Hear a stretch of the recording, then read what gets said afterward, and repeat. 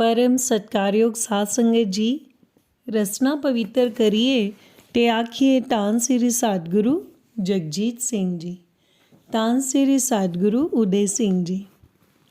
साध संगत जी, साखी का सिरलेख है इच्छा पूरक। लेखक ने बीबी रंजीत कौर जी।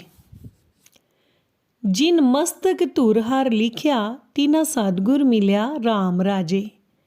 पूरा सतगुरु उन्हां महान भागां वालियां नूं मिलदा है जिन्हां दे मस्तक विच धुरों ही लिखिया हुंदा है। देहधारी सतगुर जी नूं जिहड़े लोक नहीं मिलदे उन्हां दा जीवन व्यर्थ है। सतगुर जी दे दर्शन करन नाल अनेकां ही दुख दूर हुंदे हन। माई मेरे मन की प्यास, एक खिन रह न सकूं बिन प्रीतम, दर्शन देखण को तारी मन्यास। मेरा जन्म भी एक अजिहे खुले परिवार विच होया जो एक कट्टड़ अकाली अखवाउंदा है। बचपन तो मेरा मन कल्ला रह के ही खुश सी। बच्चिਆਂ ਵਿੱਚ ਖੇਡਣ ਦਾ ਮੈਨੂੰ ਖਾਸ ਸ਼ੌਕ ਨਹੀਂ ਸੀ, ਪਰ ਜਿਉਂ ਮੈਂ ਵੱਡੀ ਹੁੰਦੀ ਗਈ ਮੇਰਾ ਮਨ ਬਾਣੀ ਪੜ੍ਹਨ ਵਿੱਚ ਲੱਗ ਗਿਆ। ਗੁਰੂਆਂ ਦੀਆਂ ਸਾਖੀਆਂ ਪੜ੍ਹਦੀ ਮਨ ਵਿੱਚ ਕਈ ਵਾਰ ਸੋਚਦੀ ਕਿ ਇਸ ਸ੍ਰਿਸ਼ਟੀ ਰਚਨਹਾਰ ਦੇ ਦਰਸ਼ਨ ਹੋ ਸਕਦੇ ਹਨ। ਉਸ ਪ੍ਰਭੂ ਨੂੰ ਵੇਖਣ ਲਈ ਮਨ ਲੋਚਦਾ ਹੀ ਰਹਿੰਦਾ ਤੇ ਆਖਦੀ ਕਿ ਉਹ ਕਿੰਨੇ ਮਹਾਨ ਭਾਗਾਂ ਵਾਲੇ ਸਨ ਜਿਨ੍ਹਾਂ ਦੇ ਵਕਤ ਗੁਰੂਆਂ ਨੇ ਅਵਤਾਰ ਧਾਰਿਆ, ਅਕਾਲ ਪੁਰਖ ਦੀ ਦੇਹ ਦੇ ਦਰਸ਼ਨ ਕਰਕੇ ਨਿਹਾਲ ਹੁੰਦੇ ਸਨ। ਕਿੰਨਾ ਚੰਗਾ ਹੁੰਦਾ ਮੈਂ ਵੀ ਉਸ ਵਕਤ ਪੈਦਾ ਹੋਈ ਹੁੰਦੀ ਤੇ ਗੁਰੂਆਂ ਦੇ ਦਰਸ਼ਨ ਕਰਦੀ। ਪਰ ਕੀ ਅੱਜ ਵੀ ਇਸ ਸ੍ਰਿਸ਼ਟੀ 'ਤੇ ਕਿਸੇ ਥਾਂ 'ਤੇ ਅਕਾਲ ਪੁਰਖ ਨੇ ਅਵਤਾਰ ਧਾਰਿਆ ਹੈ? ਜੇ ਧਾਰਿਆ ਹੈ ਤਾਂ ਕਿੱਥੇ? ਕੀ ਮੇਰੇ ਭਾਗਾਂ ਵਿੱਚ ਵੀ ਉਸ ਦੇ ਦਰਸ਼ਨ ਕਰਨੇ ਲਿਖੇ ਹੋਏ ਹਨ? ਇਹ ਸੋਚ ਕੇ ਕਈ ਵਾਰ ਮੇਰਾ ਮਨ ਬੜਾ ਉਦਾਸ ਹੋ ਜਾਂਦਾ ਹੈ। ਮੈਨੂੰ ਕੋਈ ਅਜਿਹਾ ਰਸਤਾ ਨਹੀਂ ਸੀ ਲੱਭਦਾ ਜਿਹੜਾ ਮੇਰੇ ਸਤਿਗੁਰ ਜੀ ਦੇ ਦਰਸ਼ਨ ਕਰਵਾਉਂਦਾ। ਸੰਨ 1963 ਦੀ ਗੱਲ ਹੈ। ਮੈਂ 10ਵੀਂ ਵਿੱਚ ਪੜ੍ਹਦੀ ਹੁੰਦੀ ਸਾਂ। ਸਾਡੇ ਘਰ ਰੋਜ਼ਾਨਾ ਅਜੀਤ ਅਖਬਾਰ ਆਉਂਦਾ ਸੀ। ਇੱਕ ਦਿਨ ਉਸ ਵਿੱਚ ਸ਼੍ਰੀ ਸਤਿਗੁਰੂ ਰਾਮ ਸਿੰਘ ਜੀ ਦੇ ਜੀਵਨ ਬਾਰੇ ਲੇਖ ਲਿਖਿਆ ਹੋਇਆ ਸੀ, ਜਿਸ ਦੇ ਵਿੱਚ ਬਿਨਾਂ ਦਾਜ ਤੋਂ ਵਿਆਹ, ਕੁੜੀਆਂ ਨਹੀਂ ਵੇਚਣੀਆਂ, ਵੱਟਾ ਨਹੀਂ ਕਰਨਾ, ਵਿਧਵਾ ਵਿਆਹ ਦੀ ਖੁੱਲ੍ਹ, ਮਿਲਣੀ ਮੁਕਲਾਵੇ ਦੀ ਪਾਬੰਦੀ। ਇਹ ਲੇਖ ਮੇਰੇ ਮਨ 'ਤੇ ਅਮਿਟ ਅਸਰ ਕਰ ਗਿਆ। ਕਿੰਨਾ ਉੱਚਾ ਅਤੇ ਸੁੱਚਾ ਪੰਥ ਹੈ। ਕੁੜੀਆਂ ਮਾਂ ਬਾਪ 'ਤੇ ਬੋਝ ਨਹੀਂ ਬਣਦੀਆਂ। ਕਾਸ਼ ਮੈਂ ਵੀ ਨਾਮਧਾਰੀ ਪੰਥ ਵਿੱਚ ਜਨਮ ਲੈਂਦੀ ਅਤੇ ਆਪਣੇ ਮਾਪਿਆਂ 'ਤੇ ਬੋਝ ਨਾ ਬਣਦੀ। ਮਨ ਵਿੱਚ ਬਹੁਤ ਤਰੰਗਾਂ ਉੱਠਦੀਆਂ ਕਿ ਮੈਂ ਕਦੋਂ ਅਕਾਲ ਪੁਰਖ ਦੇ ਦਰਸ਼ਨ ਕਰਾਂਗੀ, ਪਰ ਮੇਰੇ ਮਾਂ ਬਾਪ ਤਾਂ ਨਾਮਧਾਰੀ ਪੰਥ ਨੂੰ ਚੰਗਾ ਨਹੀਂ ਸਮਝਦੇ। ਅੰਤਰਯਾਮੀ ਸਤਿਗੁਰ ਜੀ ਸਭ ਦੀਆਂ ਇੱਛਾਵਾਂ ਪੂਰੀਆਂ ਕਰਦੇ ਹਨ। ਮੇਰੀ ਪੁਕਾਰ ਸੁਣੀ ਅਤੇ ਮੇਰਾ ਵਿਆਹ ਅਜਿਹੇ ਗੁਰੂ ਸਿੱਖ ਨਾਲ ਹੋਇਆ ਜਿਹੜੇ ਉਸ ਵਕਤ ਨਾਮਧਾਰੀ ਪੰਥ ਦਾ ਬਾਣਾ ਤਾਂ ਨਹੀਂ ਸੀ ਪਾਉਂਦੇ, ਪਰ ਉਹਨਾਂ ਦਾ ਮਨ ਸਤਿਗੁਰ ਜੀ ਦੇ ਰੰਗ ਵਿੱਚ ਰੰਗਿਆ ਹੋਇਆ ਸੀ। ਧੰਨ ਮੇਰੇ ਸਤਿਗੁਰ ਜੀ ਹਨ ਜੋ ਟੁੱਟੀਆਂ ਨੂੰ ਗੰਢਦੇ ਹਨ, ਵਿਛੜੀਆਂ ਰੂਹਾਂ ਨੂੰ ਮਿਲਾਪ ਕਰਦੇ ਹਨ। ਜਦ 1967 ਵਿੱਚ ਮੇਰੇ ਆਨੰਦ ਕਾਰਜ ਦਾ ਸਮਾਂ ਆਇਆ ਤਾਂ ਮੇਰੇ ਪਿਤਾ ਜੀ ਨੇ ਅਕਾਲੀ ਰਸਮ ਨਾਲ ਲਾਵਾਂ ਪੜ੍ਹਾਉਣ ਦਾ ਪ੍ਰਬੰਧ ਕੀਤਾ। ਜਦੋਂ ਲਾਵਾਂ ਪੜ੍ਹਨੀਆਂ ਸ਼ੁਰੂ ਕਰਨ ਲੱਗੇ ਤਾਂ ਉਸ ਵਕਤ ਇੱਕ ਮਹਾਨ ਉੱਚ ਹਸਤੀ ਨੇ ਮੇਰੇ ਪਿਤਾ ਜੀ ਨੂੰ ਦਰਸ਼ਨ ਦਿੱਤੇ। ਮੇਰੇ ਪਿਤਾ ਜੀ ਕਹਿਣ ਲੱਗੇ, ਸੰਤ ਜੀ ਚਲੋ ਜਲ ਪਾਣੀ ਛਕੋ। ਉਸ ਮਹਾਨ ਪੁਰਸ਼ ਨੇ ਮੇਰੇ ਪਿਤਾ ਜੀ ਨੂੰ ਕਿਹਾ ਕਿ ਮੈਨੂੰ ਦਰਗਾਹ ਵੱਲੋਂ ਹੁਕਮ ਹੋਇਆ ਹੈ ਕਿ ਬੱਚੀ ਦਾ ਆਨੰਦ ਕਾਰਜ ਹੋਣ ਲੱਗਾ ਹੈ, ਜਾ ਕੇ ਆਸ਼ੀਰਵਾਦ ਦੇ ਆਓ। ਪਿਤਾ ਜੀ ਨੇ ਸੋਚਿਆ ਕਿ ਲਾਵਾਂ ਤੋਂ ਬਾਅਦ ਹੀ ਜਲ ਪਾਣੀ ਛਕਾ ਦੇਵਾਂਗੇ। ਉਸ ਮਹਾਨ ਪੁਰਖ ਜਦੋਂ ਤੱਕ ਲਾਵਾਂ ਖਤਮ ਨਾ ਹੋਈਆਂ ਉੱਥੇ ਹੀ ਬੈਠੇ ਰਹੇ। ਜਦੋਂ 2 ਲਾਵਾਂ ਹੋਈਆਂ ਤਾਂ ਸਾਡਾ ਜੋੜ ਖੁੱਲ੍ਹ ਗਿਆ। ਆਮ ਲੋਕ ਇਸ ਨੂੰ ਚੰਗਾ ਨਹੀਂ ਸਮਝਦੇ। ਮੇਰੇ ਪਿਤਾ ਜੀ ਦੇ ਦਿਲ ਵਿੱਚ ਵੀ ਸ਼ੰਕਾ ਪੈ ਗਈ ਕਿ ਇਹ ਵਿਆਹ ਨੇਪਰੇ ਨਹੀਂ ਵੀ ਚੜ੍ਹੇਗਾ ਜਾਂ ਨਹੀਂ। ਦੁਬਾਰਾ ਗੰਢ ਜੋੜ ਕਰਕੇ 2 ਲਾਵਾਂ ਫੇਰ ਹੋਈਆਂ। ਲਾਵਾਂ ਤੋਂ ਬਾਅਦ ਮੇਰੇ ਪਿਤਾ ਜੀ ਉਹਨਾਂ ਮਹਾਨ ਪੁਰਖਾਂ ਨੂੰ ਲੱਭਣ ਲੱਗੇ ਕਿ ਹੁਣ ਜਲ ਪਾਣੀ ਛਕਾਈਏ, ਪਰ ਉਹ ਤਾਂ ਲਾਵਾਂ ਤੋਂ ਬਾਅਦ ਉੱਥੋਂ ਹੀ ਅਲੋਪ ਹੋ ਗਏ। ਪਿਤਾ ਜੀ ਇਸ ਅਜੀਬ ਘਟਨਾ ਬਾਰੇ ਬੜੇ ਹੈਰਾਨ ਸਨ, ਪਰ ਪਿਤਾ ਜੀ ਤੋਂ ਬਿਨਾਂ ਉਸ ਮਹਾਨ ਪੁਰਸ਼ ਦੇ ਕਿਸੇ ਹੋਰ ਨੂੰ ਦਰਸ਼ਨ ਨਹੀਂ ਸੀ ਹੋਏ। ਵਿਆਹ ਵਾਲੇ ਦਿਨ ਹੀ ਮੈਨੂੰ ਭਜਨ ਦੇ ਦਿੱਤਾ ਗਿਆ, ਜੋ ਮੇਰੀ ਜ਼ਿੰਦਗੀ ਨੂੰ ਨਵਾਂ ਜਨਮ ਦੇ ਗਿਆ। ਵਿਆਹ ਤੋਂ ਤੀਜੇ ਦਿਨ ਮੇਰੇ ਪਿਤਾ ਜੀ ਇਸ ਘਟਨਾ ਬਾਰੇ ਮੇਰੇ ਪਤੀ ਜੀ ਤੇ ਮੈਨੂੰ ਸਾਰਾ ਹਾਲ ਦੱਸਿਆ। ਮੇਰੇ ਪਤੀ ਜੀ ਨੇ ਮੇਰੇ ਪਿਤਾ ਜੀ ਤੋਂ ਪੁੱਛਿਆ ਕਿ ਉਸ ਮਹਾਨ ਹਸਤੀ ਦਾ ਕਿਹੋ ਜਿਹਾ ਪਹਿਰਾਵਾ ਸੀ ਤੇ ਕਿਹੋ ਜਿਹਾ ਸਰੀਰ ਸੀ। ਪਿਤਾ ਜੀ ਕਹਿਣ ਲੱਗੇ, ਉੱਚਾ ਲੰਮਾ ਸੁੰਦਰ ਸਰੀਰ, ਸਫੈਦ ਵਸਤਰ, ਸਫੈਦ ਹੀ ਦਾੜਾ ਸੀ। ਉਹਨਾਂ ਦਾ ਚਿਹਰੇ ਦਾ ਪ੍ਰਤਾਪ ਬਹੁਤ ਜ਼ਿਆਦਾ ਤੇਜ਼ ਸੀ। ਮੇਰੇ ਪਤੀ ਕਹਿਣ ਲੱਗੇ ਕਿ ਤੇ ਸਤਿਗੁਰੂ ਪ੍ਰਤਾਪ ਸਿੰਘ ਜੀ ਸਨ। ਕਿੰਨਾ ਚੰਗਾ ਹੁੰਦਾ ਮੈਨੂੰ ਵੀ ਉਹ ਆਪਣੀ ਝਲਕ ਦਿਖਾ ਜਾਂਦੇ, ਪਰ ਉਹ ਤਾਂ ਅਲੋਪ ਦੇ ਵਿੱਚ ਟੁੱਟਿਆਂ ਨੂੰ ਦੁਬਾਰਾ ਗੰਢਣ ਆਏ ਸਨ। ਭਜਨ ਤਾਂ ਮੈਂ ਲੈ ਲਿਆ ਸੀ, ਪਰ ਦਰਸ਼ਨਾਂ ਦੀ ਤਾਂਘ ਮੇਰੀ ਵੱਧਦੀ ਹੀ ਗਈ। ਪਰ ਅੰਤਰਜਾਮੀ ਸਤਿਗੁਰੂ ਜੀ ਨੇ ਮੇਰੀ ਇਹ ਆਸ ਵੀ ਵਿਆਹ ਤੋਂ 6 ਮਹੀਨੇ ਬਾਅਦ ਅੱਸੂ ਦੇ ਮੇਲੇ 'ਤੇ ਪੂਰੀ ਕਰ ਦਿੱਤੀ। ਜਦੋਂ ਮੈਂ ਸਤਿਗੁਰੂ ਜੀ ਦੇ ਦਰਸ਼ਨ ਕੀਤੇ ਤਾਂ ਮੇਰੀ ਜਨਮ ਦੀ ਪਿਆਸ ਬੁਝ ਗਈ। ਸਾਨੂੰ ਇਹ ਬਿਲਕੁਲ ਹੀ ਭੁੱਲ ਗਿਆ ਕਿ ਵਿਆਹ ਤੋਂ ਬਾਅਦ ਸਾਡਾ ਗੰਢ ਜੋੜ ਖੁੱਲ੍ਹ ਗਿਆ ਸੀ। ਦੌਲਤ ਕਹੇ ਮੈਂ ਸਭ ਤੋਂ ਵੱਡੀ, ਮੈਨੂੰ ਖਲਕਤ ਸਜਦੇ ਕਰਦੀ। ਅਕਲ ਕਹੇ ਮੈਂ ਸਭ ਤੋਂ ਵੱਡੀ, ਮੈਂ ਵਿੱਚ ਕਚਹਿਰੀ ਲੜਦੀ। ਹੋਣੀ ਕਹੇ ਮੈਂ ਸਭ ਤੋਂ ਵੱਡੀ, ਮੈਂ ਜੋ ਚਾਹਾਂ ਸੋ ਕਰਦੀ।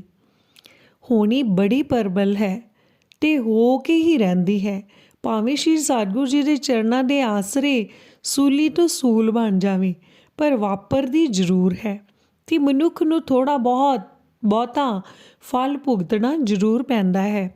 ਸਾਡਾ ਜੀਵਨ ਬੜਾ ਸੁਖਾਵਾਂ ਗੁਜ਼ਰ ਰਿਹਾ ਸੀ। ਵਿਆਹ ਨੂੰ 2 ਸਾਲ ਹੋ ਚੁੱਕੇ ਸਨ।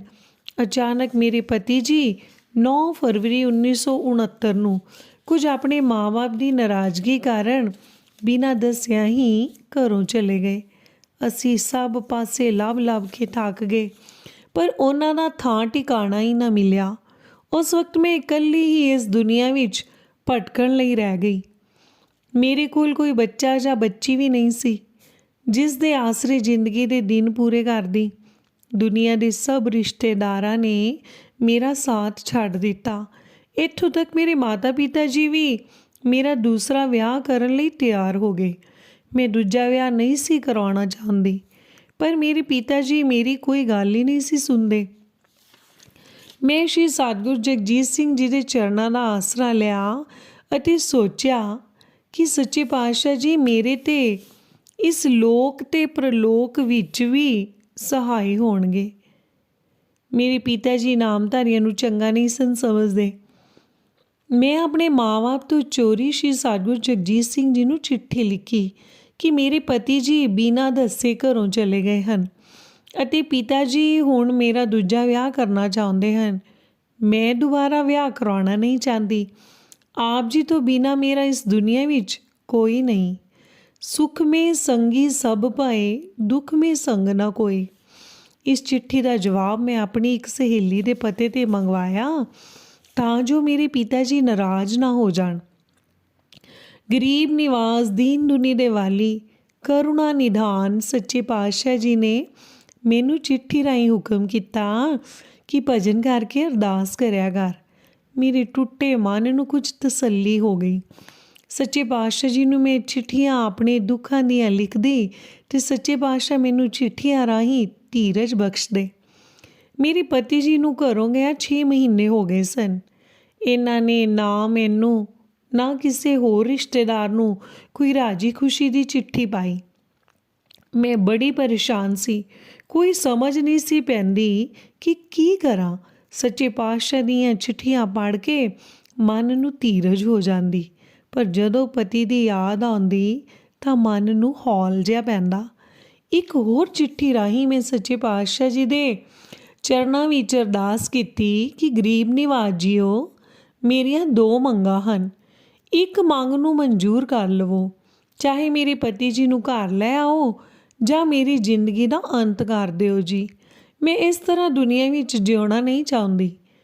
ਧੰਨ ਮੇਰੇ ਸਤਿਗੁਰੂ ਜੀ ਹਨ, ਜਿਨ੍ਹਾਂ ਨੇ ਗਰੀਬਣੀ ਦੀ ਅਰਜ਼ ਮਨਜ਼ੂਰ ਕਰਦੇ ਹੋਏ ਮੇਰੇ ਪਤੀ ਜੀ ਨੂੰ ਸਾਕਾਰ ਰੂਪ ਵਿੱਚ ਦਰਸ਼ਨ ਦੇ ਘਰ ਵਾਪਸ ਲਿਆਂਦਾ। ਮੇਰੇ ਪਤੀ ਜੀ ਦੱਸਦੇ ਹਨ ਕਿ ਅੰਮ੍ਰਿਤ ਵੇਲੇ 2 ਵਜੇ ਉੱਠ ਕੇ ਹਰ ਰੋਜ਼ ਜਮਨਾ ਦੇ ਕੰਢੇ 'ਤੇ ਮੈਂ ਸਣੇ ਕੇਸੀ ਇਸ਼ਨਾਨ ਕਰਕੇ ਭਜਨ ਕਰਦਾ ਹੁੰਦਾ ਸੀ। ਇੱਕ ਦਿਨ ਜਦੋਂ ਮੈਂ ਸਵੇਰੇ ਇਸ਼ਨਾਨ ਕਰਕੇ ਭਜਨ ਕਰਨ ਲੱਗਾ ਤਾਂ ਉਸ ਵਕਤ 2 ਵਜੇ ਦਾ ਸਮਾਂ ਸੀ ਤਾਂ ਮੈਨੂੰ ਸ਼੍ਰੀ ਸਤਿਗੁਰੂ ਜੀ ਦੇ ਪ੍ਰਤੱਖ ਦਰਸ਼ਨ ਹੋਏ। ਮੈਂ ਚਰਨਾਂ 'ਤੇ ਹੱਥ ਜੋੜ ਕੇ ਖਲੋ ਗਿਆ। ਸੱਚੇ ਪਾਤਸ਼ਾਹ ਜੀ ਨੇ ਹੁਕਮ ਕੀਤਾ ਕਿ ਹੁਣ ਵਾਪਸ ਘਰ ਚੱਲਿਆ ਜਾ, ਤੇਰੀ ਸਿੰਘਣੀ ਪਿੱਛੇ ਤੜਪਦੀ ਪਈ ਹੈ, ਮੈਨੂੰ ਤੇਰਾ ਭਜਨ ਮਨਜ਼ੂਰ ਨਹੀਂ। ਵਾਹ ਸਤਿਗੁਰ ਵਾਹ, ਤੂੰ ਹੋਣੀ ਨੂੰ ਟਾਲ ਸਕਦਾ ਹੈ। ਇਤਿਹਾਸ ਗਵਾਹ ਹੈ, ਚਾਹੇ ਤਾਂ ਰੇਖ ਵਿੱਚ ਮੇਖ ਮਾਰ ਸਕਦਾ ਹੈ। ਤੂੰ 6ਵੇਂ ਜਾਮੇ ਵਿੱਚ ਸੁਲੱਖਣੀ ਨੂੰ 7 ਪੁੱਤਰ ਬਖਸ਼ੇ। ਭਾਈ ਸੁਬੇਗ ਸਿੰਘ ਦੇ ਮੱਥੇ ਤੋਂ ਮੁਸਲਮਾਨ ਹੋਣ ਦੀ ਰੇਖ ਨੂੰ ਬਦਲ ਦਿੱਤਾ। ਤਿਵੇਂ ਸ਼੍ਰੀ ਸਤਿਗੁਰੂ ਜਗਜੀਤ ਸਿੰਘ ਜੀ ਨੇ ਇੱਕ ਠੀਕਰ ਚੁੱਕਿਆ ਤੇ ਮੇਰੇ ਮੱਥੇ 'ਤੇ ਰਗੜ ਕੇ ਸਾਧ ਰੇਖਾ ਮਿਟਾ ਦਿੱਤੀ ਤੇ ਬਚਨ ਕੀਤਾ ਕਿ ਤੇਰੀ ਕਿਸਮਤ ਵਿੱਚ ਸਾਰੀ ਉਮਰ ਸਾਧ ਰੇਖਾ ਸੀ। ਮੈਂ ਮੇਟ ਚੱਲਿਆ ਹਾਂ ਤੇ ਹੁਣ ਤੋਂ 5 ਦਿਨ ਬਾਅਦ 2:30 ਵਜੇ ਦੀ ਗੱਡੀ ਜਿਹੜੀ ਕਿ ਸਹਾਰਨਪੁਰ ਤੋਂ ਚੱਲਦੀ ਹੈ ਆ ਜਾਵੀਂ। ਮੈਂ ਅਰਜ਼ ਕੀਤੀ, ਗਰੀਬ ਨਿਵਾਜ ਜੀ, ਮੇਰੇ ਕੋਲ ਕੇਵਲ ਇੱਕ ਚਾਦਰ ਤੇ 2 ਕਛਹਿਰੇ ਹਨ, ਘਰ ਕਿਸ ਤਰ੍ਹਾਂ ਜਾਵਾਂ? ਸੱਚੇ ਪਾਤਸ਼ਾਹ ਜੀ ਨੇ ਬਚਨ ਕੀਤਾ ਕਿ ਕੱਪੜੇ ਵੀ ਆ ਜਾਣਗੇ। ਇਸ ਤੋਂ ਬਾਅਦ ਸੱਚੇ ਪਾਤਸ਼ਾਹ ਜੀ ਉੱਥੋਂ ਅਲੋਪ ਹੋ ਗਏ। ਮੇਰੇ ਪਤੀ ਜੀ ਨੇ ਇੱਕ ਚਿੱਠੀ ਮੇਰੇ ਪਿਤਾ ਜੀ ਨੂੰ ਲਿਖੀ ਕਿ ਮੈਂ ਬਿਲਾਸਪੁਰ 31 ਜੁਲਾਈ 1969 ਨੂੰ ਸਾਧੂ ਸੰਮੇਲਨ 'ਤੇ ਆ ਰਿਹਾ ਹਾਂ, ਤੁਸੀਂ ਮੇਰੇ ਕੱਪੜੇ ਭੇਜ ਦਿਓ। ਕੱਪੜਿਆਂ ਬਾਰੇ ਕੋਈ ਵੇਰਵਾ ਨਹੀਂ ਸੀ ਕਿ ਕਿਹੜੇ ਕੱਪੜੇ ਚਾਹੀਦੇ ਹਨ, ਖੁੱਲ੍ਹੇ ਜਾਂ ਨਾਮਧਾਰੀ ਵਸਤਰ। ਪਤੀ ਜੀ ਦੇ ਦਿਲ ਵਿੱਚ ਇਹ ਮੰਗ ਸੀ ਕਿ ਸੱਚੇ ਪਾਤਸ਼ਾਹ ਜੀ ਨਾਮਧਾਰੀ ਕੱਪੜੇ ਪਹੁੰਚਾਉਣਗੇ ਤਾਂ ਹੀ ਮੈਂ ਘਰ ਜਾਵਾਂਗਾ। ਸੱਚੇ ਪਾਤਸ਼ਾਹ ਜੀ ਮੇਰੀ ਸੱਸ ਦੇ ਹਿਰਦੇ ਵਿੱਚ ਵਸੇ। ਉਹ ਕਹਿਣ ਲੱਗੀ ਕਿ ਮੈਂ ਆਪਣੇ ਪੁੱਤਰ ਨੂੰ ਨਾਮਧਾਰੀ ਵਸਤਰਾਂ ਵਿੱਚ ਘਰ ਲਿਆਉਣਾ ਹੈ। ਇਸ ਕਰਕੇ ਉਸਨੇ ਮੇਰੇ ਛੋਟੇ ਦਿਓਰ ਦੇ ਹੱਥ ਨਾਮਧਾਰੀ ਪਹਿਰਾਵਾ ਹੀ ਘੱਲਿਆ। ਸੱਚੇ ਪਾਤਸ਼ਾਹ ਜੀ ਦੀ ਕਿਰਪਾ ਨਾਲ ਇਹ 2:30 ਵਜੇ ਦੀ ਗੱਡੀ ਦੁਆਰਾ ਘਰ ਪਹੁੰਚੇ। ਸਤਿਗੁਰਾਂ ਦੀ ਬਖਸ਼ਿਸ਼ ਨਾਲ 2 ਵਿਛੜੀਆਂ ਰੂਹਾਂ ਦਾ ਮੇਲ ਹੋ ਗਿਆ, ਟੁੱਟੀਆਂ ਤਕਦੀਰਾਂ ਨੂੰ ਗੰਢਿਆ। ਘਰ ਵਿੱਚ ਬੜੀਆਂ ਹੀ ਖੁਸ਼ੀਆਂ ਹੋਈਆਂ, ਆਂਢ ਗੁਆਂਢ ਵਧਾਈਆਂ ਦਿੱਤੀਆਂ। ਗੁਰਬਾਣੀ ਵਿੱਚ ਠੀਕ ਹੀ ਲਿਖਿਆ ਹੈ, ਜੈਸਾ ਸਤਿਗੁਰ ਸੁਣੀਦਾ ਤੈਸੋ ਹੀ ਮੈਂ ਡੀਠ, ਵਿਛੜਿਆ ਮੇਲੇ ਪ੍ਰਭੂ ਹਰ ਦਰਗਹਿ ਕਾ ਬਸੀਠ। ਹਰਿ ਨਾਮੋ ਮੰਤਰ ਦ੍ਰਿੜਾਏ ਦਾ, ਕੱਟੇ ਹਉ ਮੈਂ ਰੋਗ, ਨਾਨਕ ਸਤਿਗੁਰ ਤਿਨਾ ਮਿਲਾਇਆ, ਜਿਨ੍ਹਾਂ ਤੁਰੇ ਪਿਆ ਸੰਜੋਗ। ਸਾਰੇ ਹੀ ਆਖ ਲਈਏ ਧੰਨ ਧੰਨ ਸ਼੍ਰੀ ਸਤਿਗੁਰੂ ਜਗਜੀਤ ਸਿੰਘ ਜੀ। ਉਹਨਾਂ ਦੇ ਚਰਨਾਂ ਵਿੱਚ ਸਾਡੀ ਡੰਡੌਤ ਬੰਦਨਾ ਹੈ।